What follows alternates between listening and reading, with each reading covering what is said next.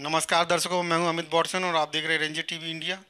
आज जिस प्रकार उत्तर प्रदेश के अंदर जो चुनाव चल रहा है, चुनावों की सरगर्मियां चल रही हैं।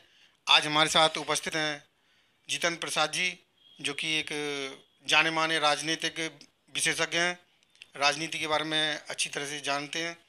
और आज हम उनसे जानकारी लेंगे कि उत्तर प्रदेश की जो चुनाव है उसमें Bahujan Samaj party, Bharatiya Janata party, Samajwadi party या कोई अन्य पार्टियां किस प्रकार की स्थिति में हैं। बहुत बहुत धन्यवाद अमित बॉटसन जी कि आपने मुझे मौका दिया और ये अपनी बात रखने का। एक्चुअली प्रदेश के हालात अगर हम पिछले समय से देखते जा रहे हैं तो प्रदेश में सरकारें आती हैं और फिर चली जाती हैं, लेकिन कहीं ना कहीं ऐसा लगता है कि कुछ सरकारों ने कुछ समय पहले अच्छा काम किया, उससे पहले सरकार ने कुछ अच्छा काम किया। तो आज जनमानस में एक अच्छा संदेश है कि पिछली सरकारों ने अच्छा काम किया। उस काम के आधार पर अगर एनालिसिस किया जाए तो प्रदेश की जनता को वोट काम के आधार पर करना चाहिए। अब बात करते हैं प्रदेश की महंगाई की। तो प्रदेश में जो महंगाई है, स्वाभाविक है कि केंद्र सरकार में जो वर्तमान सरकार है वो प्रदेश की महंगाई के लिए जिम्मेवार है, सारे प्रदेशों में जिम्मेवार है। लेकिन किसी हद तक अगर देखा जाए तो जो विकास का मुद्दा आता है, तो विकास का मुद्दा कहने को तो एक स्लोगन होता है कि विकास हम करेंगे या विकास हमारी पार्टी ने किया, लेकिन अगर कहीं कोई विकास अगर हुआ सही मायने में तो आज से 10 साल पहले विकास हुआ प्रदेश में। चाहे वो एक्सप्रेस वे हो, चाहे वो बहुत सारे डिग्री कॉलेज का निर्माण हो, मेडिकल कॉलेज का निर्माण हो, या इंटर कॉलेजों के नए निर्माण हो, बालिका शिक्षा मदद योजना हो, या महामाया बालिका मदद योजना हो, या कन्याओं से संबंधित बहुत सारी स्कीम उनको निःशुल्क पढ़ाने की हो, साइकिलें बांटने की स्कीम हो। तो 10 साल पहले इस प्रदेश में वास्तव में विकास हुआ।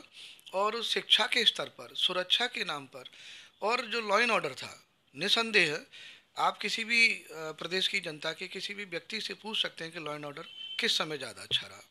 उसके बाद एक दूसरी सरकार आती है, उसमें भी विकास हुआ। चाहे वो लखनऊ में मेट्रो की शुरुआत हो, डीपीआर इससे पिछली सरकार में बनी, लेकिन उस डीपीआर के बाद में अगर कहीं वो दौड़ती नज़र आई तो पिछली सरकार में देखी। सबसे बड़ा एक और एक्सप्रेस वे प्रदेश को मिला, आगरा से लखनऊ का। तो किसी हद तक हम कह सकते हैं कि जो पिछली सरकार थी उसने भी कुछ काम अच्छा किया। इस बार की सरकार में ऐसा लगता है कि जैसे कि एफिलेटेड बाई सेंट्रल गवर्नमेंट, कि सिर्फ और सिर्फ हम जुमले पढ़ते जाएं, प्रदेश को गुमराह करते जाएं। लॉ एंड ऑर्डर कहीं दिखाई नहीं देता है, न कहीं कोई शिक्षा के सुधार से संबंधित कोई कार्रवाई दिखाई देती है, ना ही चिकित्सा में कोई नया आयाम स्थापित हो, ऐसा भी कुछ प्रतीत नहीं होता। जो कुछ मेडिकल कॉलेज थे, सरकारी मेडिकल कॉलेजों का निर्माण हुआ या फिर उनका नए सिरे से पुनरुत्थान हुआ, वो सारी की सारी पिछली सरकारों में तो दिखाई दिया, लेकिन वर्तमान सरकार में दिखाई नहीं दिया। किस प्रकार से उत्तर प्रदेश की जो योगी सरकार है वो जैसे लॉकडाउन लगा था, उसके कारण से जो गरीब परिवार परेशान हुए थे, आने जाने में उनको घरों पर जाने में परेशानी हुई थी, क्या वो अपने दुखों को भूल चुके हैं? क्या जिस जिस प्रकार राशन बांटा जा रहा है मुफ्त में, उसको राशन को देख के क्या वो वोट करेंगे या अपने दुखों को याद करके वोट करेंगे?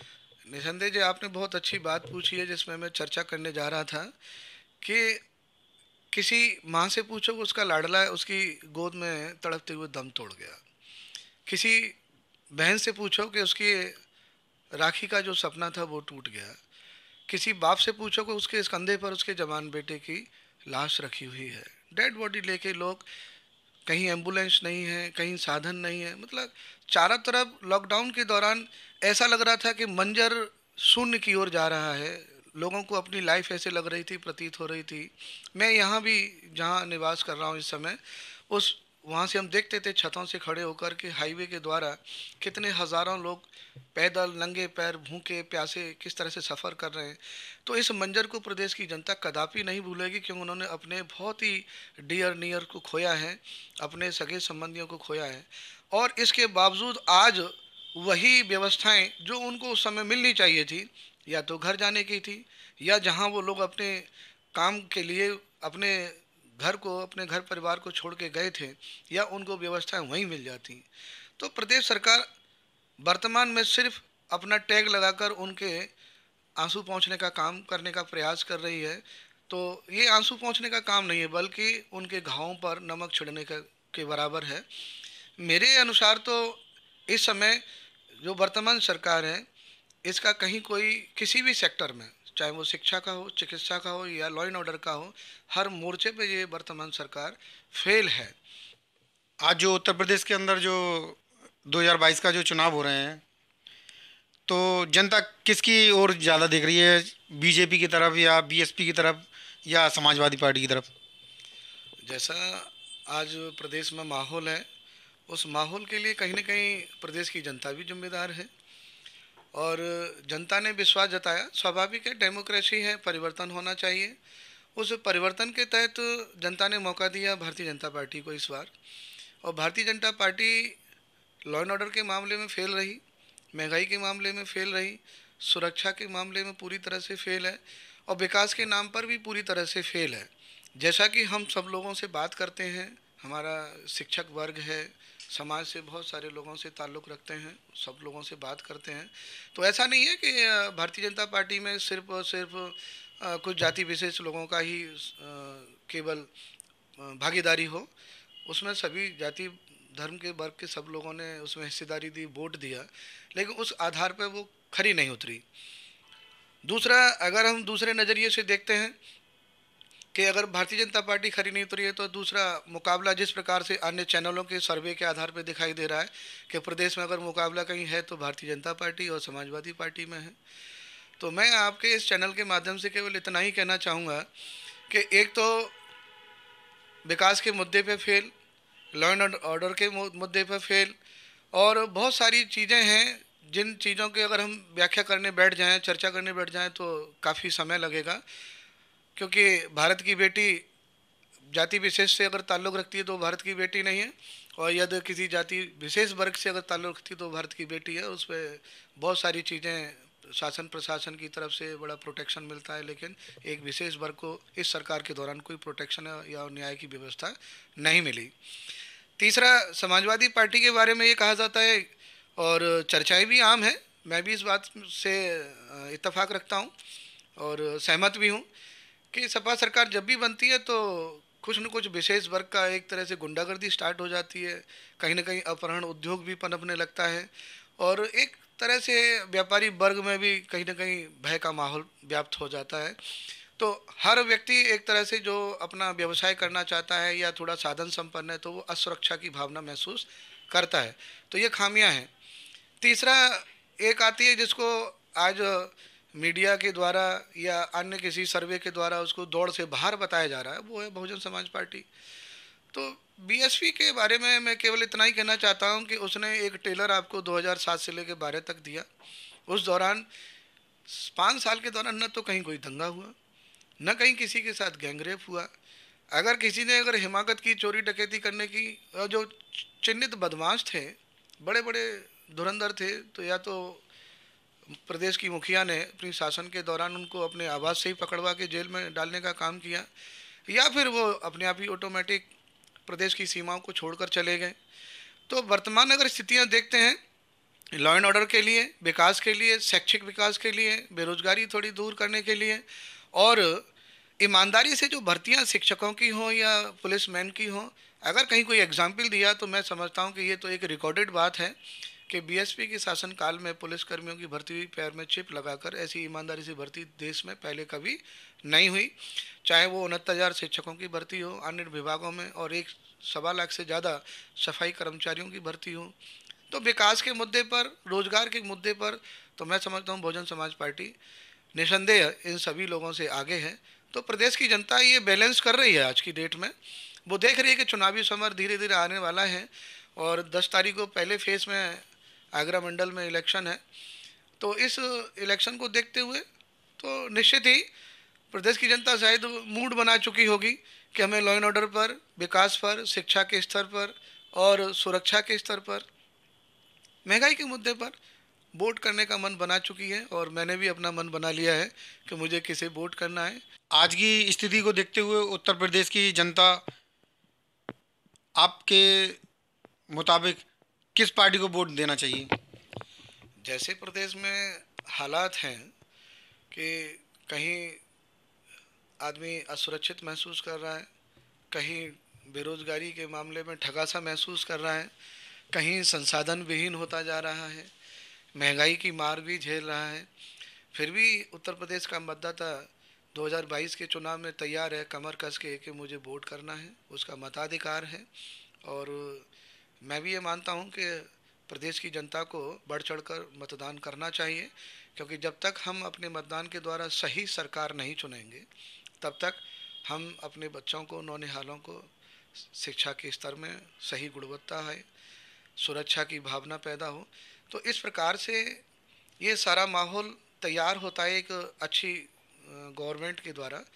तो अच्छी गवर्नमेंट चुनने के लिए स्वाभाविक है प्रदेश की जनता को ये डिसीजन लेना चाहिए कि किस सरकार ने हमारे अनुसार काम किया, प्रदेश की जनता के अनुसार काम किया, किसानों के अनुसार काम किया, किसानों के हितों की कितनी रक्षा की है किस सरकार में, उनके गन्ने का मूल्य हो या धान का समर्थन मूल्य हो या जो भी मंडियों से संबंधित समय समय पर उनकी नई नीति, नई मूल्यों की निर्धारण होती है, नई योजनाएं आती हैं किसानों के लिए, वो किस सरकार में सबसे ज़्यादा उनको लाभ मिलता है किसानों को। दूसरा, शिक्षा के स्तर में गुणवत्ता की बात करें तो कितने संस्थाओं को उच्चीकृत किया गया, कितनी नई संस्थाएं बनाई गई, कितनी संस्थाओं में बालिकाओं की फ्री शिक्षा हुई या बालिकाओं को प्रमोट करने के लिए कितनी योजनाएं लाई गई। तो ये सारी चीज़ें प्रदेश की जनता जानती है कि किस सरकार के दौरान बालिकाओं को बढ़ावा मिला पढ़ाई के लिए, कहाँ उनको अनुदान मिला, कहाँ नए नए स्कूल बनाए गए, चाहे वो महिला पॉलिटेक्निक हो, चाहे वो आईटीआई हो, चाहे वो जीआईसी स्कूल हो, हाई स्कूल को इंटर कॉलेज में कन्वर्ट कराना, उनका उच्चीकरण करना। तो बहुत सारे काम हुए। तो ऐसे कामों को देखते हुए जनता ये जानती है कि ये काम कब हुए और किसके शासनकाल में हुए, या फिर जनता ये भी जानती है कि कौन सी सरकार के दौरान सांप्रदायिक माहौल जो खराब होता है।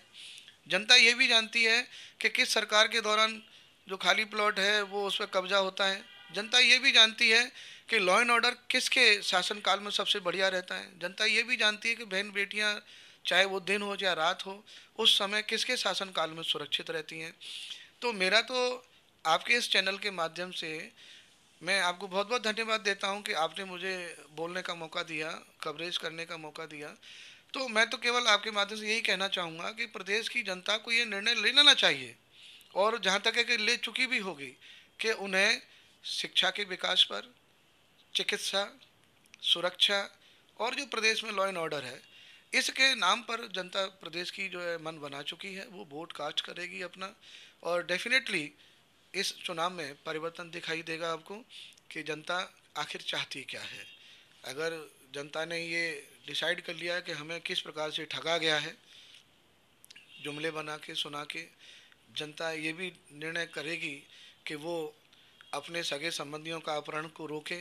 जनता ये भी निर्णय करेगी कि खाली भगवानों के द्वारा देश प्रदेश फलीभूत नहीं हो सकता, भगवान आशीर्वाद देते हैं, उनकी छत्र छाया में सारे प्रदेश की जनता, देश की जनता रह रही, सारा विश्व रह रहा है।